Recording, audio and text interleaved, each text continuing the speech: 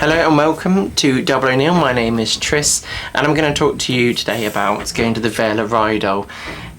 This layout, which I've been working on over a short amount of time for the Stapfold Barn show, ended up sitting on the shelf, and I kind of needed a bit of inspiration, and Tony suggested about going to the Vale of Rheidol to go and have a look. Fortunately, at the Stapfold Barn Model Railway show, I met a few of the guys that work there and volunteer. They suggested about coming over, as well as Tony. He'd already said to me about, let's go over there sometime. So with Joey Evans and Anthony French, which is Tony's trains at rugby, we headed over there, which was great. There's a few things I wanted to see when I went over there. There was the bridge, which this is based off, to have a look at the structure underneath, how that kind of went together.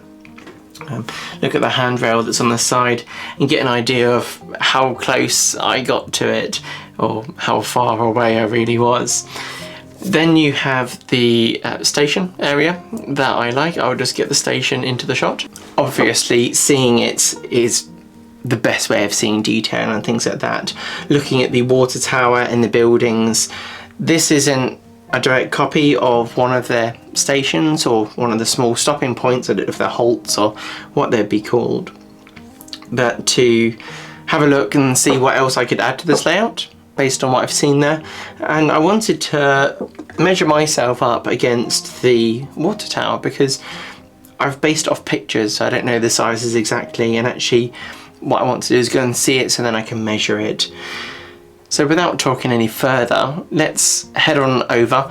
The journey was fantastic heading there. Tony and Joey were really good company. Tony in the front, Joey in the back.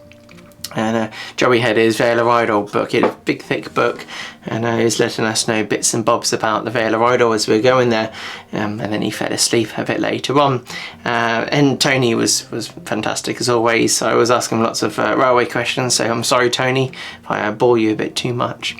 So we got to Aberystwyth, if that's how you say it, which is right over to the border of Wales as we got over, not too far from the sea by the look of it on the maps. And yeah, it was nice, kind of really fresh looking buildings. I was really surprised it wasn't a dusty type kind of situation of old. It was actually some very what looked like newly built buildings in an old style. And instantly the number 8 tank was there waiting for us, so I was chuffed to bits to see that, because that's one thing I really wanted to see when going over there. So to have that kind of at my disposal to a certain degree to take photos of was absolutely excellent, and I'll talk a bit more about that in a bit.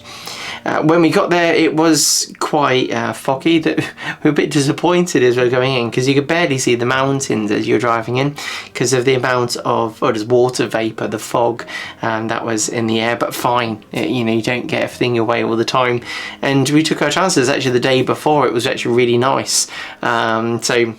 But on our way back later on, it did improve a lot. There was a Baldwin in the on the engine shed. They're doing a little bit of work on that, so that was quite cool. Haven't seen one in real life. That was great, as well as the number 8, the Rheidol tank, was also a joy to see in person as well. The beautiful coaches as well that you saw, obviously behind it, and the cream and the chocolate colour. Obviously, the Great Western Railway was a joy to see there, sitting there. I kind of want to build up my rake so I can mimic that anyway. That's it's on the to-do list. I've ordered a number of the coaches kits to build, and then I can have them running on this layout, which would be wonderful, ready for a show that I'll be doing in, I think, October. I need to double check the dates, but my Model Railway Club are going to be running one, which I'll share a bit more information about in the future.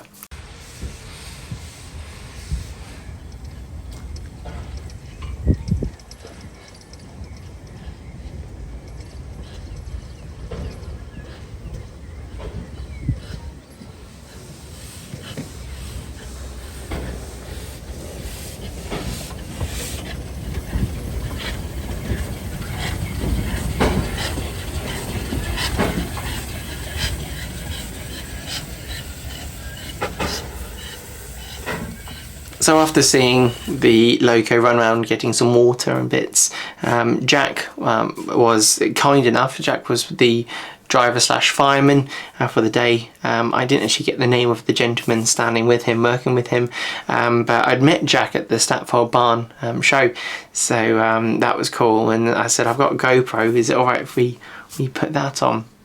And yeah, he said fine, and he attached it on there, and we did joke about the fact that it might fall off, because who knows, it might fall off. So I've actually taken bits of the journey. I'm going to put a few clips in. Unfortunately, the negative is that because just so much moisture in the air, the fog, you don't get to see too much, but I put bits in. It's, you know, I recorded most of the journey, actually ran out of battery towards the end, but fine, as we rocked up to Devil's Bridge, but that was okay. I was quite happy. I've got lots of footage on my camera, my phone, as well as on the GoPro, so I'll put some bits in, and hopefully you enjoy just seeing some of it.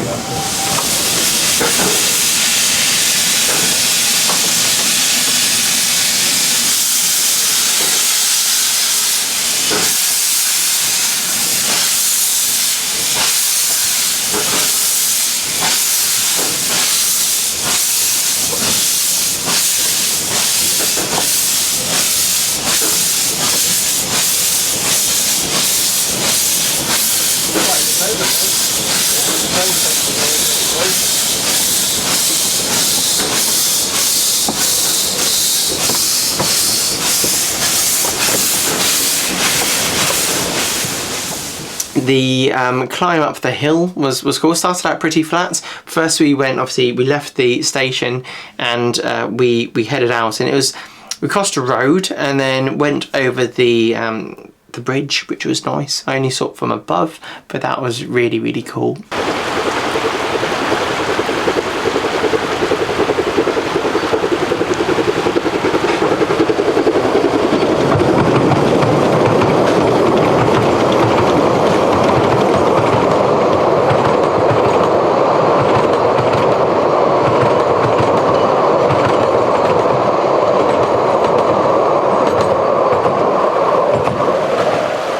And as we came up the other side of the bridge, there's lots of fields really, with lots of sheep to our right and left, and that was nice enough to see. This landscape did kind of build up quite slowly to the right as you're looking up, and it's quite level on the left, I think. And so then we carried on going, and slowly we went from where you have fields of sheep and a few cows, and then maybe even some horses, got towards the next station. And the next station it looked like it had some carriages that could stay in there. Didn't look like some of the locos would live, maybe. I didn't really ask Joey and Tony too much about that, but it was quite modern looking, in a certain degree, like modern, like built anyway, and old looking buildings still. So that was quite nice, and then we moved on. And as we started going on and on, we started getting closer to the mountainous routes where we were climbing. And that was really nice.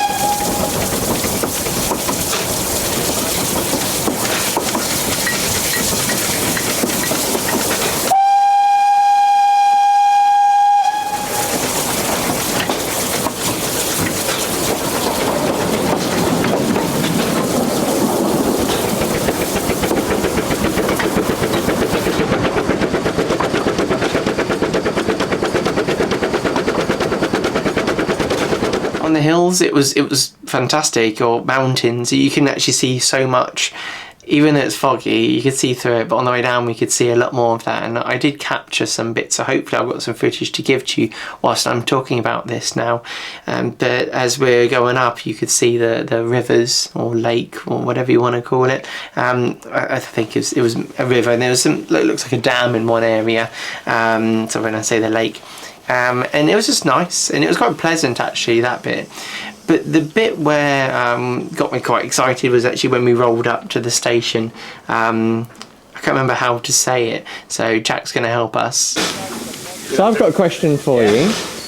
I got Google to do it before, but how do you pronounce the name of the station? Aberfrwd. Aberfrwd. Yeah. You'll have to repaint your water tower now as well. I know, it's the wrong one. Yeah.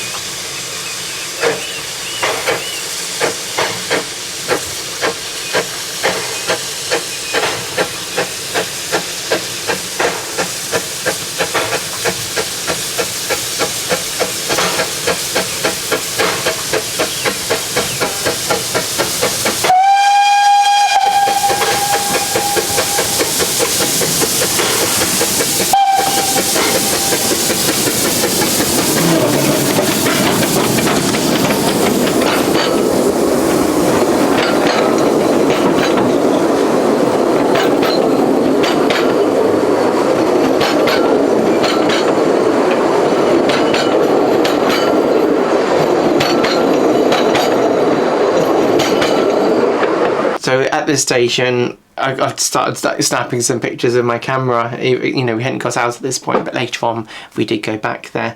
But you know, I saw the water tower, and that kind of got me excited. I never thought I'd get excited about a water tower, but I've only seen pictures of it so far, so that was quite exciting. So yeah, saw the water tower, and then we went off from there, and you know, we passed quite a few lefts and rights as you went up, and it was quite impressive, this loco. It was going up quite a slope in that incline, and a couple of times they lost a little bit of traction. I guess it was a little bit moisture in the morning as well, when they kind of come up to some of the corners. I guess it offloaded the wheels a little bit, and you suddenly hear the engine kind of, the wheels start spinning up a little bit, which kind of, you know, quite exciting actually in one way, because you've got this, you know, what would happen if we can't get going? We have to roll back until we, you know, level off and go again. But they kept it going, and actually the bark of this loco, and it was working hard, it was impressive. I really enjoyed it.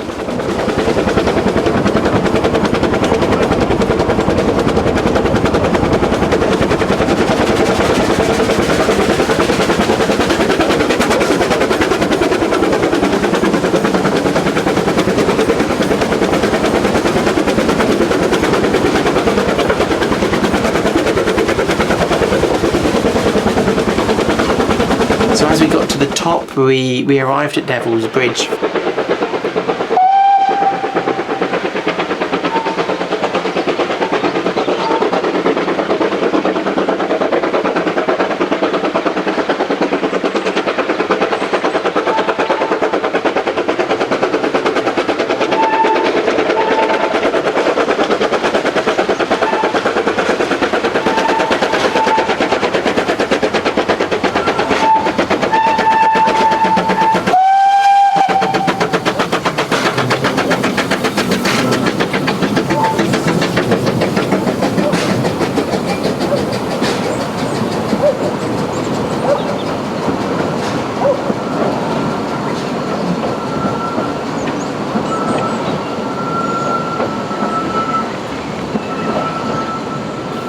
Devil's Bridge, it's a nice end of line. It's the terminus. It had the passing loop, so the loco could go from the front to the back, and actually Jack was kind enough to let me hop onto the cab as we went around. That was very enjoyable for me. Got the camera out and tried to enjoy it at the same time, not just record everything so I miss everything.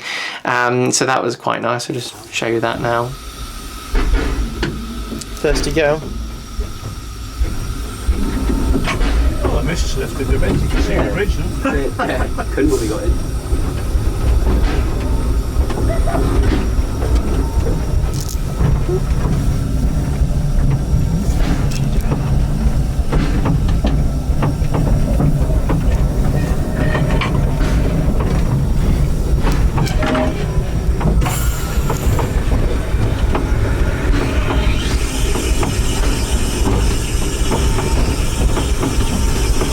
So what does everything do?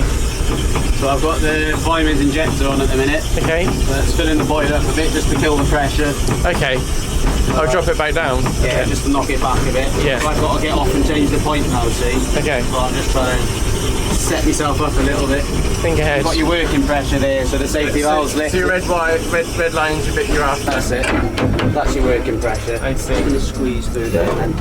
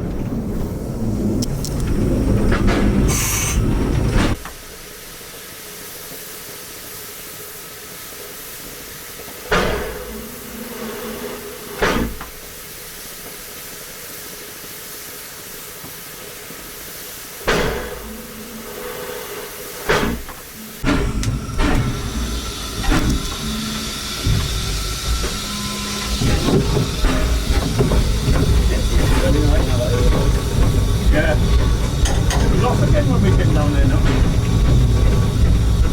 Wasn't dribbling.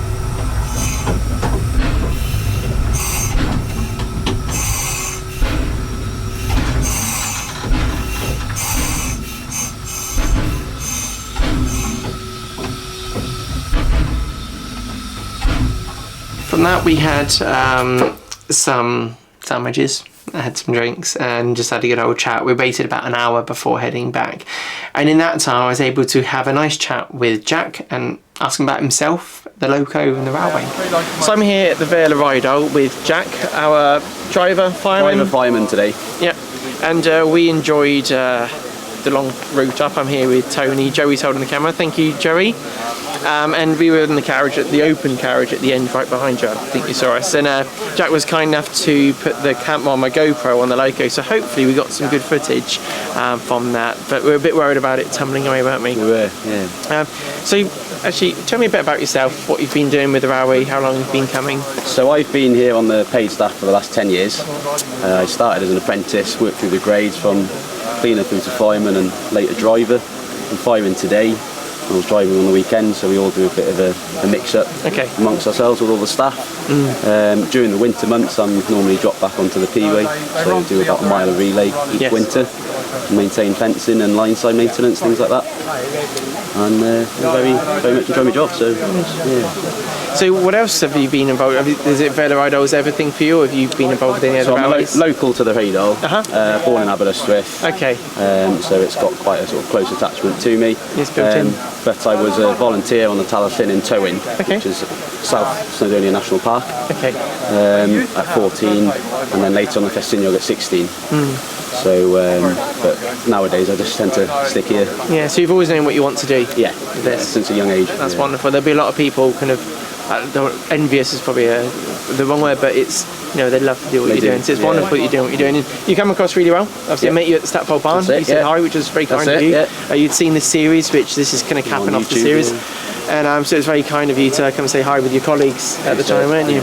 So it's nice to actually see you today. And I thought I recognise that face. You can't miss that beard. No, I know. It's very distinctive. It's a bit scruffy, but... No, it's fine. It's all part of the look. It's good.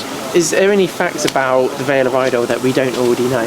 Well, stuff that you tell me what you know, and then I don't know too much. I'll be honest on that one. So the first time I learnt about it was because I liked the Great Western Railway. Right. I saw the Vale of Rheidol, Great Right. Western, Yeah. very cool for Yeah. me. I guess the Great Western took it on eventually. that's it. It goes up a wonderful hill, the hill mountain. long- Do you long know climb. the height difference Yeah. between where we start and finish? So Aberystwyth is 14 feet above sea level. Okay. Devil's Bridge, just in the distance there. Yeah. The bridge through the cut-in is 680 feet above sea Okay, level. it's pretty high. So the last 4 miles from Aberystwyth is a ruling grade of 1 in 50. Yeah. So the engine really does work quite hard on Yeah. some of the curves and the S-bends to get you up to Devil's Bridge. It was opened in 1902, mainly to carry lead and timber. Okay. And there's always been a passenger service since that year as well. I see. Freight traffic ceased to exist by the end of the 1920s, and the winter passenger service was seized in 1930, I see. which is when it became a pure tourist railway, which is what we still are today. Yeah, yes, kept going. It was shut for the duration of the Second World War, and more recently during the COVID period for a year or so, and then we reopened in 2021, and we've been having a very good year ever since. So Great Western took over in 1923, Yep. when the Big Four was incorporated, and then the Western region from 48 through to about 63, when it became part of the Midland region. Yes. And that saw the Rheidol as the last steam on BR until 1988, when it was the first part of BR to be So I've privatised. seen this in blue. That's it, yeah, all three went blue. yeah, with the stripes on the side. Numerous liveries that all Yeah. three locos and carriages carried.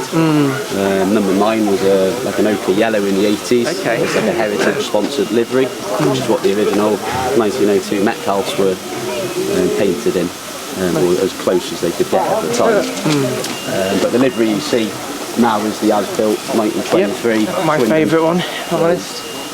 They have got names, not Yep. just a number. So number 8 is named Llywelyn. Okay. It didn't receive its nameplate until 1956. And what is that named Yeah. after? Someone? Place? Or? It was named just after the princes. Okay, So 7 okay. is Owain Glyndŵr, Yeah. 8's Llywelyn, and number 9 is Prince of Wales. I see. But it was sort of done as a publicity stunt in the mid to late 50s to try and regenerate the Rheidol because of the decline at the time. Yeah. Can you tell me anything about the locos themselves? I can. So they're coming up to their 100th year this June. 100. So they were built 1923 at Swindon. Yes. Number 7 and 8 were. See. Number 9 was a kit of parts, and it got built as a third loco in 1924. There were rumours that it was an original Metcalf, Okay. because it came out of the workshops as numbered 1213, but it was purely for the accounts to try and disguise it as a rebuild. I see. And I it see. came out as a complete new loco, Yeah. and it was renumbered 9 in 1949 then by British Rail.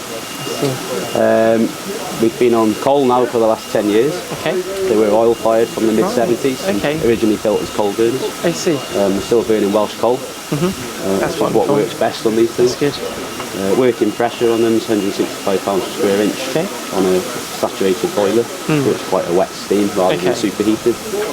Belpaire firebox in the cab, and they're very, very nice machines to crew. Yeah, you enjoy it? Yeah, very much so. Yeah. Yeah.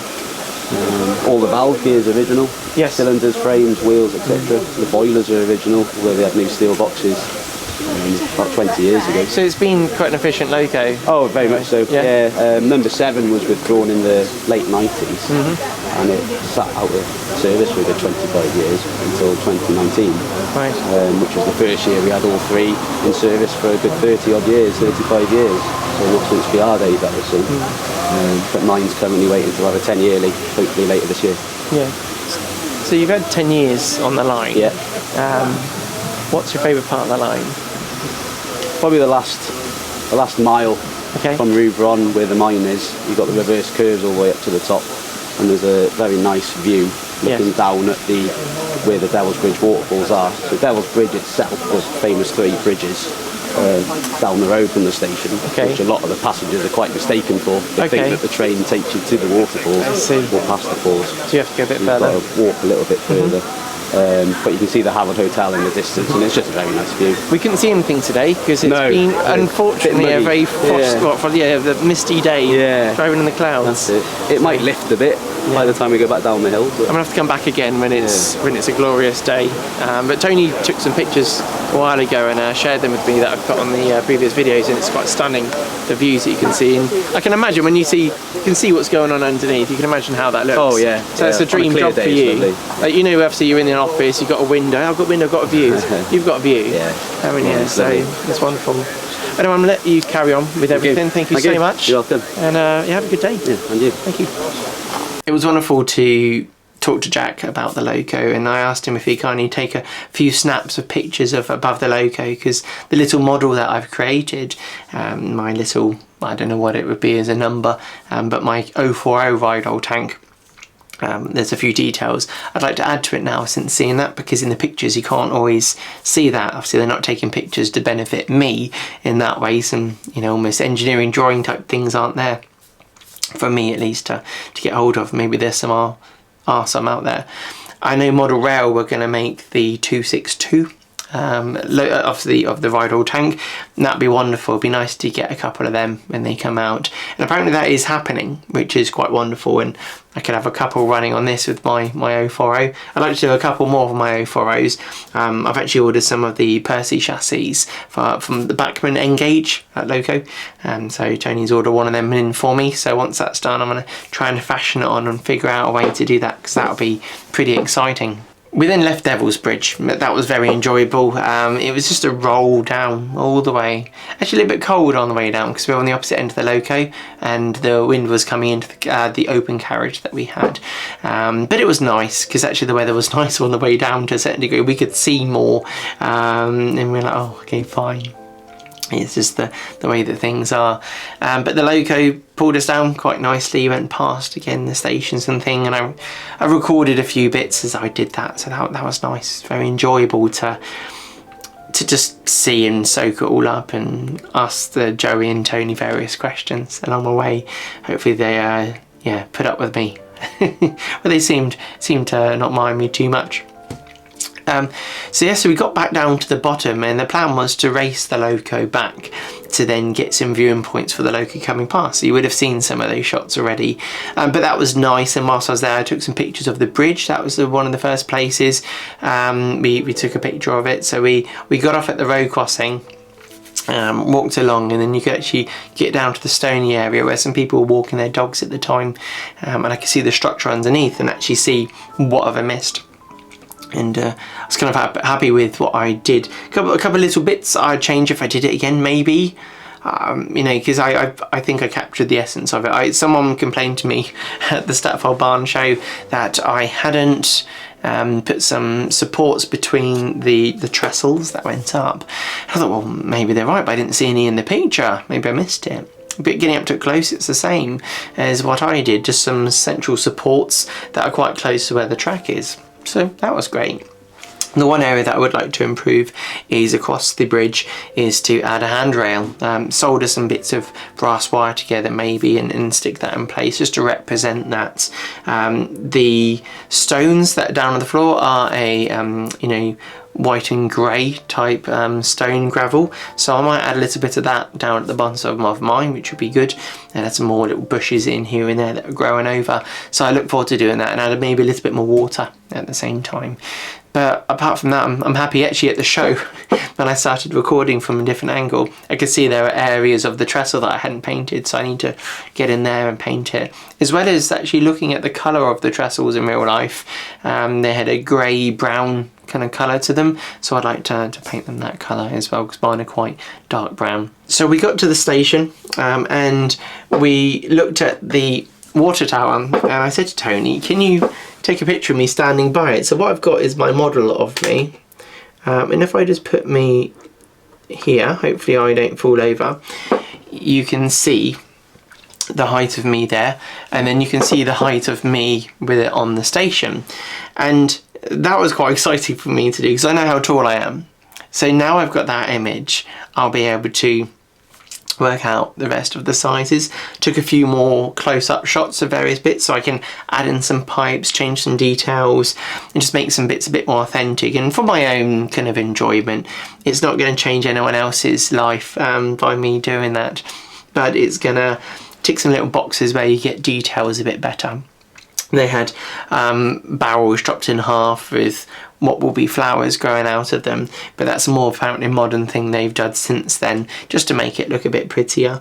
Apart from that, my building wasn't too bad, I feel. I'm not going to remake that. I was quite happy with that. There are some areas that I wasn't too happy with it when I did it, and slightly over weathered on some of it. Looks like we've not taken care of it, but the rest of it I'm happy with this area. Maybe I'd add a few more people waiting, I'm not sure yet. Maybe some more fencing in places to represent some more things, but generally pretty happy with how this kind of looks. I think it's more the bridge that I would change. What would I do for the layout if I was to have another module? Well, you could have the station being bigger, is one. Actually, at the model railway show, no one really moaned at me about how big the station was, but the negative of my station being so short is the amount of coaches and the loco you can have there, and if I want to have a passing loop, my coaches only can be 1 or 2 behind the loco before the other one can pass. So that would be nice to do like a metre long one, but I don't have room in my house at the moment. I'm actually looking at having an extension added onto the side of the house and with some storage area in the roof part, so that means I might be able to do something with this and improve on this. I'd actually like to add a double O gauge, not double O gauge, it's all double O gauge, but some of the larger locos, the more standard size locos, to somehow interact in some way on a board, which will give me more play value. Ultimately, you need to keep yourself entertained when doing all this, and if you're constantly just messing around with like a tiny situation, you're going to get a bit bored of that. The other bit I want to do is where I have the fiddle yards, actually have a loop coming around and have a fiddle yard behind all of them, because this is only 25 centimeters deep. You could actually have it, let's say 50, but it's not actually got anything connected in the back. It will just be, you know, the fiddle yard running down the back, and that means I can have some passing loops and ones that just run round. If you get busy and you don't have a moment to send something back, you can keep that going. So that's something else that I kind of like the idea of. By having a loop as well, the scene that would come off the back of this, if it then curved around afterwards, you can have something with the mountainous areas, because what I found when I was there, you saw the slate cuttings for where the loco was coming past, the really big rocky cuttings right at Devil's Bridge, which was pretty wonderful. So that's something else that I would like to build in some way. I don't know how or when I'm going to do it, but I like the idea of building up some more of these boards. Maybe I build some myself. The CL Model Scenery ones are nice, but with some of the sizes that I want to do, maybe I'll have some things a bit bigger and to the proportions that I'm after. One funny thing actually was when we were chasing some of the trains, after we saw the loco at this station, we went using Google Maps, took us up this little back road which was tiny. It was like it's meant for people cycling, and even then it would be dangerous. And we came around this corner and there must have been about 100 sheep being herded, and there was this sheepdog, let's call it, trying to help its master, but in the end went and sat on the quad bike as the master's kind of howling at these sheep to just get moving, and eventually we got past. We thought, oh, we're going to miss it putting into Devil's Bridge, but actually we did alright, because the part of Devil's Bridge, it takes a bit of work getting that loco up there. So it meant that we actually were able to get there and record it coming in, and it was beautiful, it coming through kind of the cutting interview and coming past, and that was thoroughly enjoyable to see that, and obviously to share with you. So after that we headed straight home. It was lovely to watch the loco pull away. I managed to film that.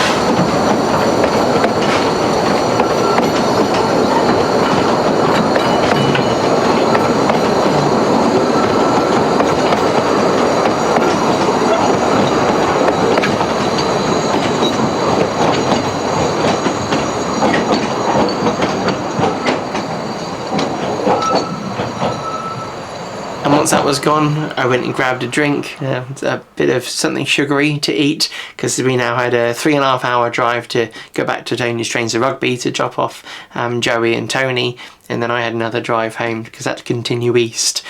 So it was a long day. We did it all in one day. Arguably you'd want to stay a bit longer. If I did it again, I probably would stay a couple of days and go to some of the other railways, which aren't too far away from there, so that would be really nice to do. But on the way back, the fog had lifted and it was a glorious drive. The wonderful hills, the amount of green, you know, that we could see from the shrubbery and grass and all over the mountains. It was really nice and thoroughly nice, relaxing drive home, and no bad weather on the way back. So that was really, really wonderful. Would I go back again? Well, of course. I thoroughly enjoyed it. I'd like to visit there a few more times. There are things that I'd like to go back and take more pictures of and just soak up the experience, or maybe what would be a nicer day going up the mountains. And yeah, I'd recommend going to the Vale of Rheidol. Go and check out the place. It was honestly wonderful.